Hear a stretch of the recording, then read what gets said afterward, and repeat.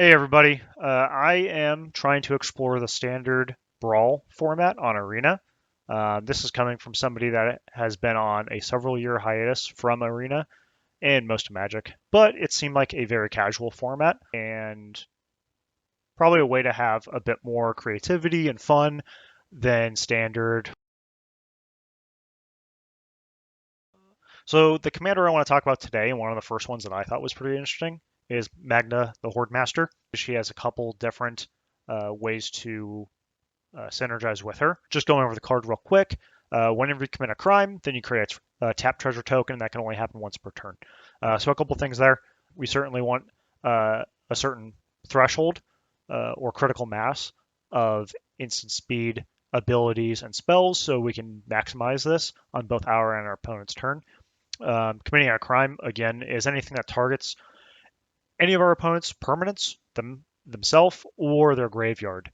So there's a few different things that we can do to proc that. And I think the most obvious, especially in red, is burn. So we're going to have quite a bit of burn, and I think a few other ways that you can interact or synergize with Magda is just general artifact synergies, which I haven't found too many so far, and treasure synergies. So going over the deck list a little bit, we're going to start right to left. I have organized this by kind of card type or kind of like what the card is doing in my list rather than curve. So on the right, lands, since it is a monocolor deck, we're pretty free to use utility lands. These two lands that destroy on basics is pretty neat. Hopefully we can punish an aggressive multicolor deck at some point, but we'll see. Next we got bombs. I'm pretty limited by what I had. I didn't want to use many wild cards, especially not for a first draft. The only one I really want to talk about here is Trumpeting Carnosaur. I think he does a great double duty as being an option to discard early to proc crime and be a removal spell, but then also play him late as a finisher. The next column we have here is Burn. From what I had in my collection, I think I'm ranging the gambit from very efficient removal and flexible removal like Burst Lightning all the way down to Impossible Inferno at this time.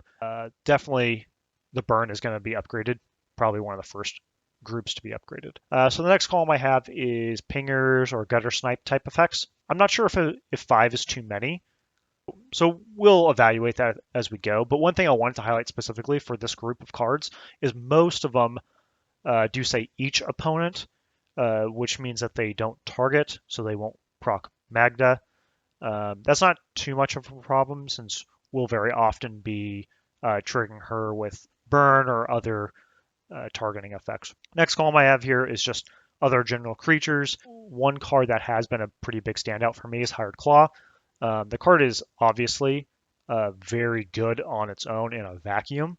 It attacks for 2 on it's just pretty above rate. But we'll highlight that the triggered ability does proc Magda. In my current list, there's a couple different lizards, so I have a bit of flexibility there. And the fact that the creature can get bigger over time is obviously just another great bonus. The last column I have here is just general utility or miscellaneous effects. The only card in here that I want to highlight is Dire Flail. The front half is probably not being utilized to the fullest in this deck because we're not hyper aggressive, but a Bone Splitter is always good. And when we do flip it, and crafting I think is going to be pretty easy since we're getting treasure tokens off Magda. The backside is a much stronger equipment, and then it kind of synergizes perfectly with Magda. It asks you to sacrifice an artifact, and then you target something, deal damage, and then that will most likely trigger Magda and give you that treasure token back. So you're not going down any value at all when you proc this. You're just burning things away and just cycling through some artifact tokens. Hey, so I just realized that I forgot to show my curve, and there's a couple other things I did want to mention. So first, you can see my curve here, and just a couple more cards I wanted to illustrate that I thought might just be interesting. One is Soul Guide Lantern. I mentioned how there's a few other ways, obviously, to commit a crime and proc Magda. This is one that I think is pretty interesting for mono red because it's an artifact, it's graveyard hate, and if your opponent's not interacting with their graveyard, it does recycle out for another card. or we could sacrifice it with the couple of sack outlets we do have. Magnetic Galleon, sorcery speed removal, never ideal, but the crew 2 is nice.